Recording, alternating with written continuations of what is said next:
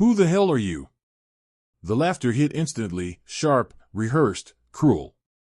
A woman in a scarlet gown leaned forward, diamonds heavy on her neck, her manicured fingers slicing the air as it pointed straight at one guest. Her husband laughed louder than anyone, nearly spilling his wine, his silver hair slicked back, his confidence drunk on the room's approval. The crowd followed their gaze. They weren't laughing at a joke. They were laughing at her. A black woman stood in the center of the ballroom, dressed in white. No sequins. No glitter. No desperate attempt to impress. Just clean lines, sharp tailoring, and a stillness so composed it felt deliberate. Her back was straight. Her chin lifted. Her eyes steady. Beside her stood a man in a midnight tuxedo, shoulders squared, jaw tight, not defensive, not aggressive, just present. Champagne flutes froze midair. Conversations collapsed into whispers. Phones rose slowly, instinctively, like the room itself sensed something ugly was unfolding. "This isn't your crowd," the woman in scarlet sneered, her smile stretching too wide. "Not your table. Not your night." More laughter.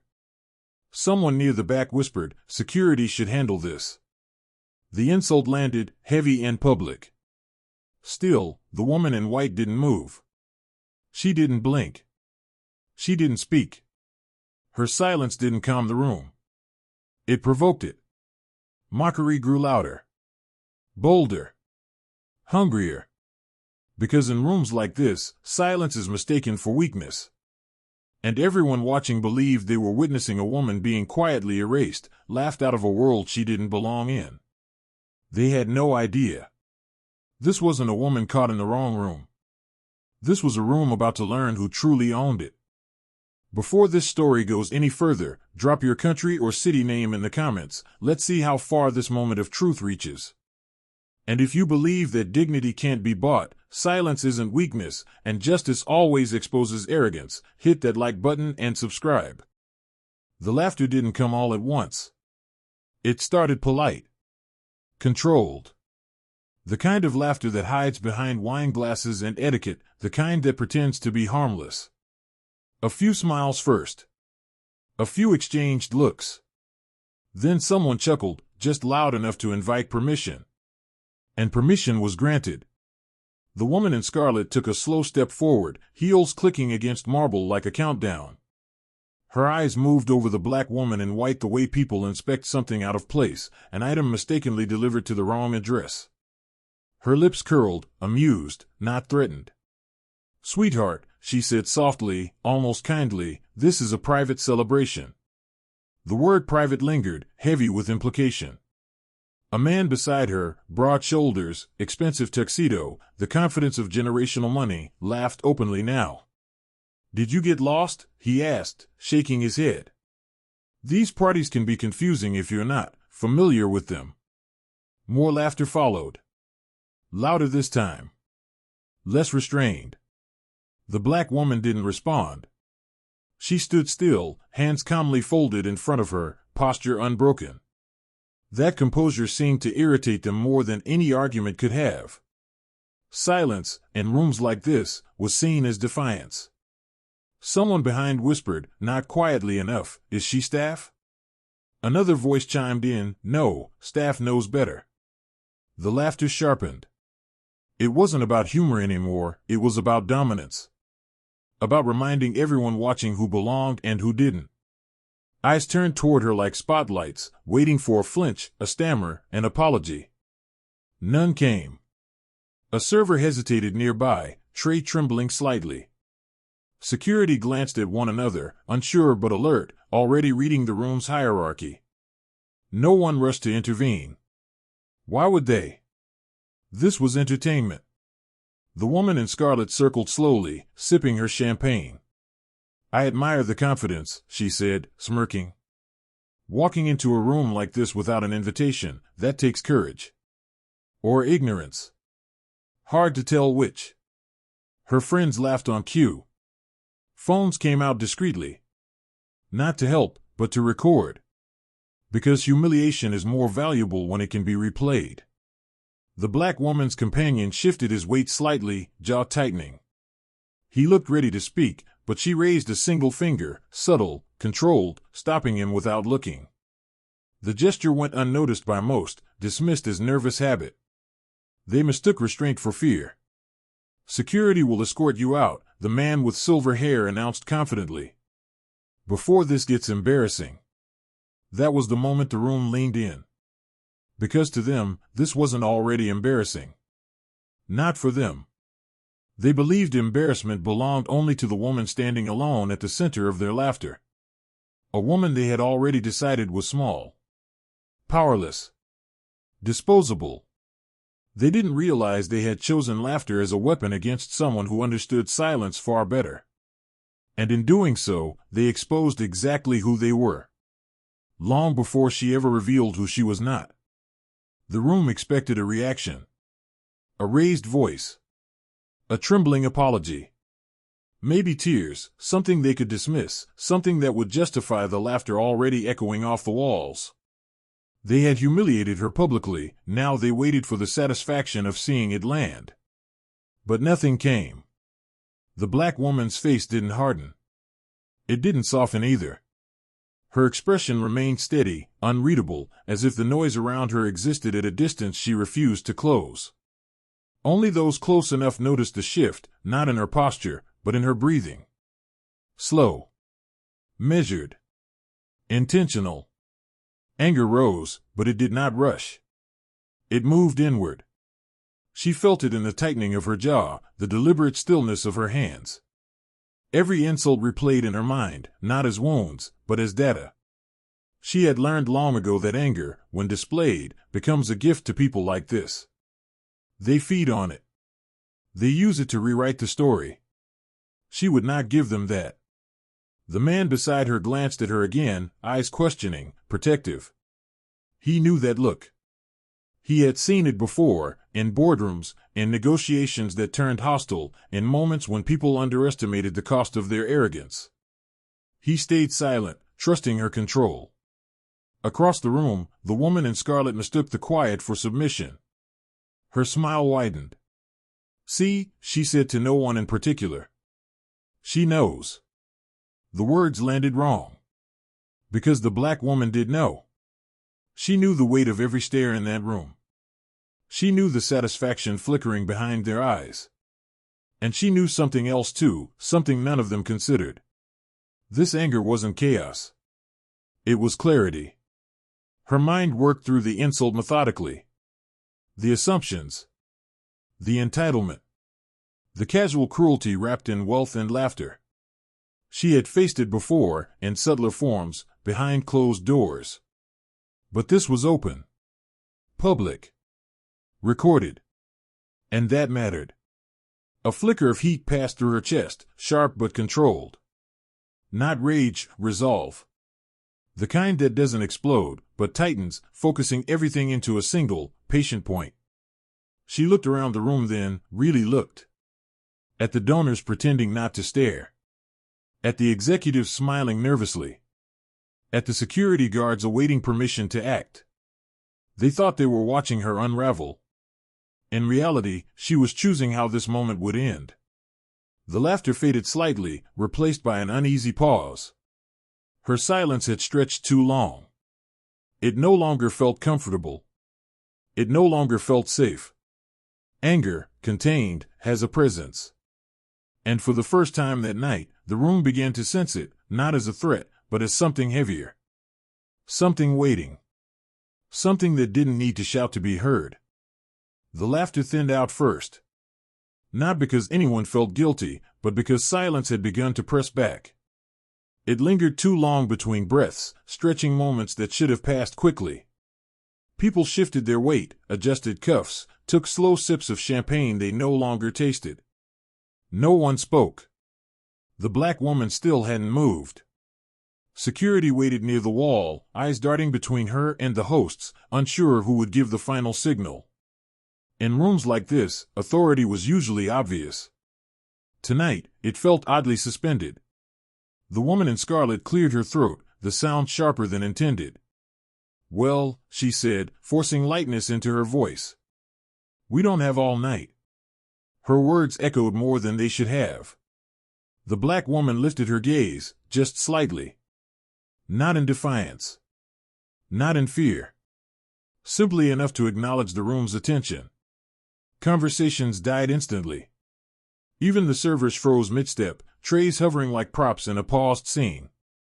Something about the moment felt staged now, as if everyone had unknowingly walked onto a set without a script. The man beside her took a small step back, giving her space without announcement. It was subtle, but those trained to read power noticed. So did the woman in scarlet, whose smile faltered for half a second. Why isn't she leaving? That unspoken question rippled through the crowd. Most people, when cornered like this, rush to escape. They apologize, retreat, disappear.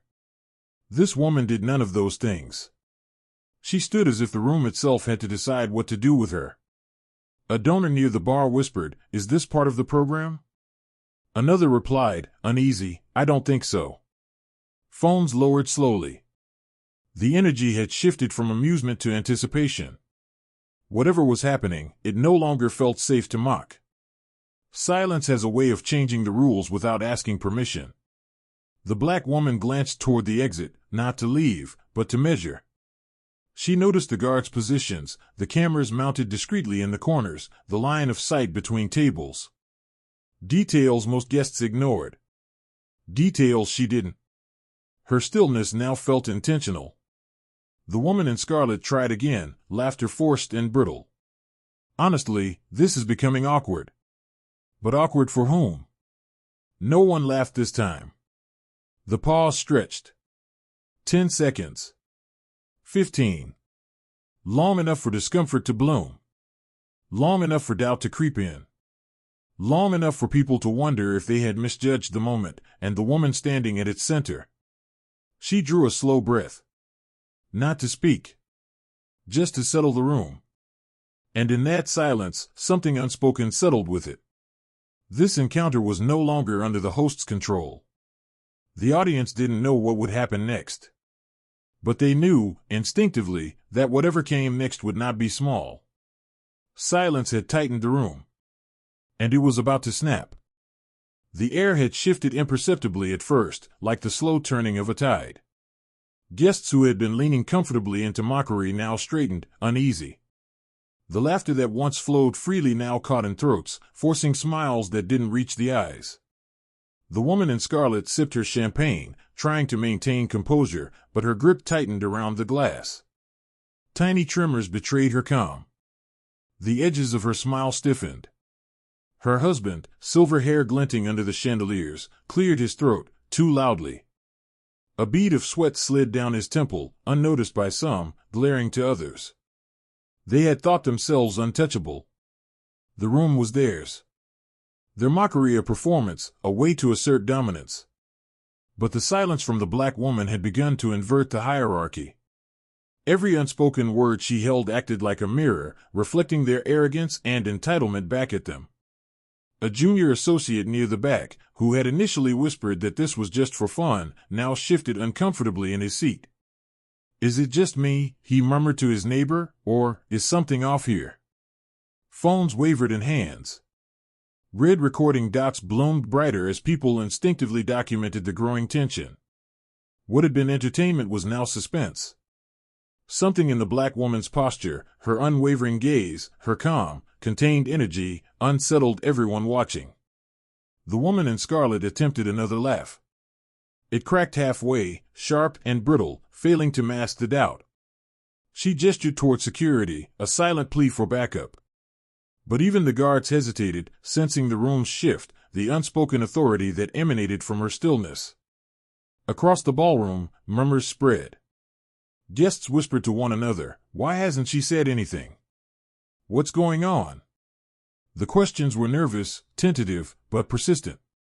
People began noticing subtle things they hadn't before, the way she held herself, how the man beside her mirrored her calm, the impossible steadiness of her hand as she lifted her champagne glass to her lips. The couple in scarlet had lost their rhythm. Their laughter had become too loud, too forced, signaling their growing discomfort. The power they had wielded with ease just moments ago was slipping, melting under the pressure of composure they could not read. Even the MC adjusted his microphone nervously, scanning notes but unsure where authority now lay. A few influential guests glanced at one another, realizing that this woman, quiet, elegant, and resolute, was rewriting the evening without a single word spoken. The black woman didn't move, didn't respond, didn't give them an outlet. Her silence had become a spotlight, exposing their fragility. Every smirk, every forced laugh, every gesture meant to dominate now appeared small and desperate. Confidence cracks quietly. And tonight, in this glittering ballroom, the first fissures had begun to show. The room had changed, though no one yet knew exactly when it happened. What had begun as mockery now simmered with tension, a current moving beneath polished floors and crystal chandeliers. Eyes that had watched for entertainment now searched for cues, trying to locate authority in the stillness before them. The black woman in white, poised as ever, exuded quiet control. Her gown caught the chandelier's glow, not as a costume of wealth, but as armor. Every line, every inch of her posture communicated command. She did not raise her voice. She did not gesticulate. She simply existed with an energy that shifted the room imperceptibly but irrevocably. Her husband, Jordan, mirrored her calm, but he was not the focus. He was the anchor, the silent acknowledgement that she was unshakable. Guests sensed that together, they formed a nucleus of authority stronger than the ostentatious displays of wealth around them. The woman in scarlet had tried to dominate, to reclaim control with sharp laughter and commanding gestures. But now those gestures seemed exaggerated, almost fragile. Her husband's smirk faded, replaced by nervous glances toward onlookers. The crowd, once eager to join the mockery, now hesitated. Phones still hovered, red recording lights blinking, capturing every faltering move. Charles Denton, the gala chair, had stepped forward to assert his authority. Yet even his words lacked the weight they carried moments ago. The black woman's silence was louder than his commands. The crowd's attention, once obedient to hierarchy, had subtly shifted. They were watching her, anticipating her move. The room's deference had quietly inverted. A young server, Trey, noticed first. He had been frozen in place, unsure whether to intervene or continue service. Watching her, he felt a surge of recognition and respect. The tension wasn't just about power, it was about being seen for who she truly was. The humiliation attempted by others had backfired, elevating her presence to undeniable prominence. Guests who had laughed nervously now lowered their eyes. Subtle movements betrayed their recalibration, shoulders straightening, hands relaxing, breaths held a fraction longer. They were being measured silently, assessed by the very person they had tried to diminish. The woman in scarlet realized at last. Her laugh faltered. Her smile, once sharp and superior, softened into uncertainty. The man at her side glanced around, sensing the crowd's attention had moved. Their dominance, built on mockery and wealth, was slipping under the quiet authority of one woman who refused to play by their rules. Power had changed sides. And it wasn't dramatic. There were no explosions, no shouting matches, no aggressive gestures. Just composure. Quiet control that pulled the room into alignment, rearranging the invisible hierarchy. Every glance, every whisper, every phone lens now acknowledged her as the center.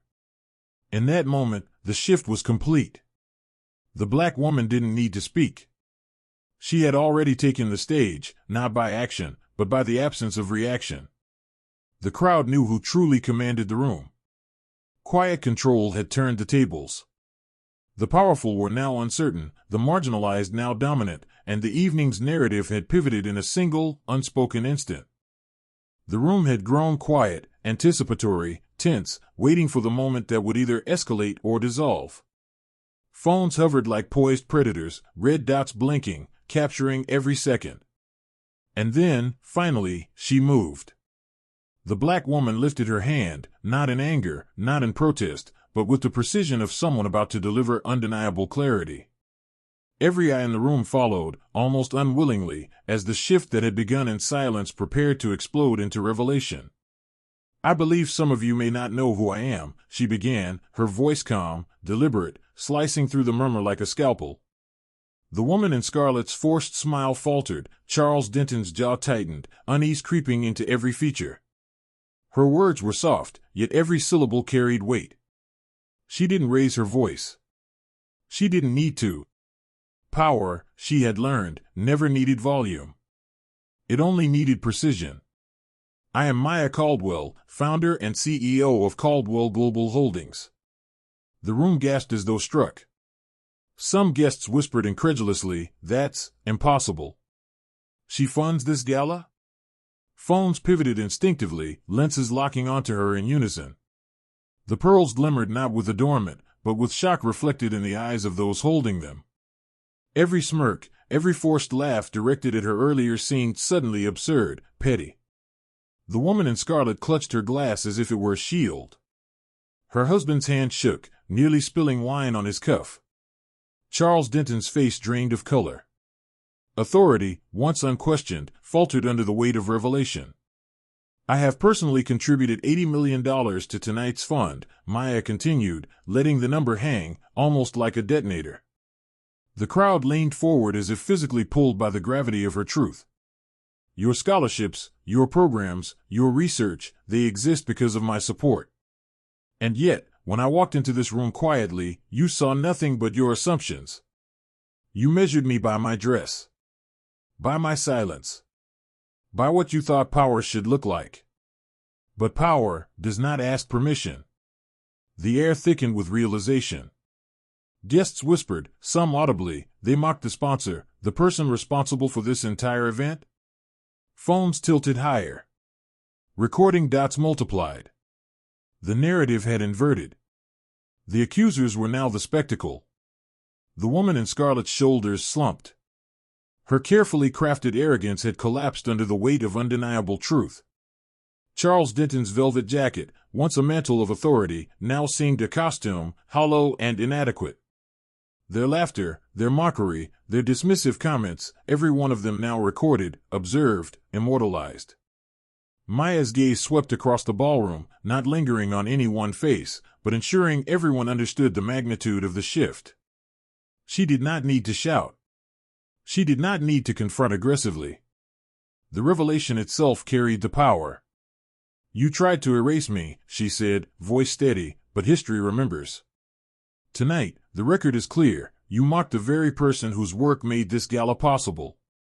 And now, every insult, every doubt, every forced smile is part of the evidence. The crowd exhaled collectively, a sound more like recognition than relief. Phones lowered, some faces pale, some astonished, some ashamed. Even those who had been indifferent now understood, they had witnessed authority not in titles, not in gestures, but in unshakable presence and undeniable truth. Maya's eyes softened slightly, just enough to convey resolve, not revenge. The truth had been revealed. The room had been detonated, not with anger, but with clarity. The identities of power and vulnerability had been rearranged, and no one would forget it. The silence that followed was heavy, pregnant with comprehension, and the applause, when it came, was inevitable. The room had shifted completely. Where once laughter had dominated, now there was stunned silence, a collective intake of breath as the truth landed like a thunderclap. Every eye was on the couple in scarlet and Charles Denton, and for the first time that night, they were the spectacle. The woman in scarlet's hand shook as she lifted her champagne glass, trying to reclaim composure, but the effort was futile. Her husband's confident smirk had vanished, replaced by a tense line of lips and darting eyes. The audience, once their accomplices in mockery, now observed their unraveling with fascination. Phones pointed directly at them, red recording lights blinking insistently, documenting every faltering moment. Charles Denton, the self-assured gala chair, stood stiffly, his velvet jacket now a symbol of insecurity rather than authority. His carefully orchestrated commands, show credentials, call security, rang hollow. The crowd was no longer obedient. They were witnesses, and the witnesses were aware. Every gesture meant to assert control now emphasized failure. The woman in scarlet attempted a laugh, brittle and forced. It broke halfway, the sound echoing unnaturally in the marble hall. Her husband's hand trembled as he adjusted his cuff, spilling a drop of red wine onto his wrist. Their dominance, built on mockery and assumed superiority, was collapsing under the weight of exposure. Whispers spread like wildfire. They mocked the person funding the gala? This is unreal. Guests who had smirked, laughed, or leaned in for entertainment now turned to one another with widened eyes, processing their role in the spectacle. The power dynamic had inverted completely, and those who had assumed control were now laid bare. Even the junior associates and young servers who had been hesitant earlier now felt emboldened. Trey, the waiter, shifted his weight, chest rising with a quiet pride. Others in the crowd began to murmur their acknowledgement, not to defend Maya, but in recognition of the collapse of those who had tried to dominate her. Phones recorded every falter, every stammer, every subtle twitch. The Scarlet couple's carefully cultivated image of confidence had disintegrated under scrutiny. They were now judged publicly for arrogance, ignorance, and the presumption that wealth alone could dictate respect. Charles Denton's face turned crimson as he realized the room was no longer aligned with him. The murmurs and recording devices created a network of accountability he could no longer control. He opened his mouth to speak, but the words faltered, heavy with disbelief. The woman in white, Maya Caldwell, did not gloat. She did not need to. The collapse was evident. Her quiet power had orchestrated it without raising her voice, without escalating conflict. The room had witnessed a transformation. Those who sought to humiliate were now exposed, their pride and arrogance crumbling under the weight of truth. And in that charged silence, one thing was clear: the villains of the evening had been publicly unmasked. The gala had become their reckoning, and the audience had seen it all unfold. The consequences of arrogance and disrespect were now on display for everyone to remember. Maya Caldwell stood at the center of the ballroom, not triumphant, not boastful, but as a living statement. Every eye turned to her, every lens captured her presence, and in that stillness, she carried a weight far beyond personal vindication. She was more than a billionaire, more than a CEO, she was a symbol. Her voice, when it came, was calm, measured, and sharp enough to cut through any lingering doubt. "Tonight is not just about me," she said. "It's about every person who has been underestimated, dismissed, or erased because of who they are, what they look like, or the assumptions others make about them." The crowd listened, captivated. Some shifted uncomfortably, realizing that the arrogance they had celebrated moments ago now looked small, petty, and unjust. Phones continued to record, but now they carried not scandal, but a lesson in dignity. "You see, power is not demonstrated by mocking or silencing others," Maya continued. "It is shown by integrity, by persistence, and by the courage to remain steadfast when the world doubts you." Her eyes swept the room, taking in faces that had laughed at her, at those who had assumed their superiority, at the complacent observers who now understood the imbalance. Every word reinforced that her authority was moral, unassailable, and beyond the reach of wealth alone. She spoke for those who had been silenced, overlooked, or underestimated, not with vengeance, but with undeniable truth. The room absorbed it. The Scarlet couple cowered. Charles Denton's defiance had evaporated. And in that charged stillness, it became clear: Maya Caldwell was no longer just a guest or a sponsor. She was the voice of justice in a world too often ruled by arrogance. The applause that followed would honor more than her victory, it would honor the principles she embodied. Maya Caldwell didn't raise her voice. She didn't shout or demand. Justice, she knew, required neither theatrics nor mercy, only clarity and action. Jordan's phone buzzed softly at her side. With one subtle gesture, Maya tapped the screen. "Freeze their accounts," she instructed. "Suspend all pending contracts. Flag tonight's footage for legal review." The words landed like a verdict. The Scarlet couple's faces drained, their smugness replaced with panic. Charles Denton's authority crumbled entirely under the weight of accountability. The audience felt it instantly. Laughter, mockery, and arrogance had been replaced with consequence. Phones continued recording, but now each frame was evidence, proof that disrespect carries a price. Guests whispered, "She doesn't just defend herself, she makes sure no one else can be harmed the same way." Maya's gaze swept across the room, calm but unyielding. "I will not tolerate disrespect, not toward myself, not toward anyone who looks like me, dresses like me, or stands in a room they're told they don't belong in." Every word resonated, a silent promise that injustice, when met with courage and composure, would never go unchecked. The Scarlet couple shrank into their chairs, their arrogance dissolved, and Charles Denton slumped, defeated. Phones continued to record the fallout, immortalizing the consequences. The moral arc had been enforced without anger, without spectacle, simply by the unshakable presence and decisive action of the woman they had tried to humiliate. In that room, justice was not mercy. Justice was accountability, immediate and irreversible. And as the applause swelled, every witness understood, power misused has consequences, and dignity, when defended, is absolute.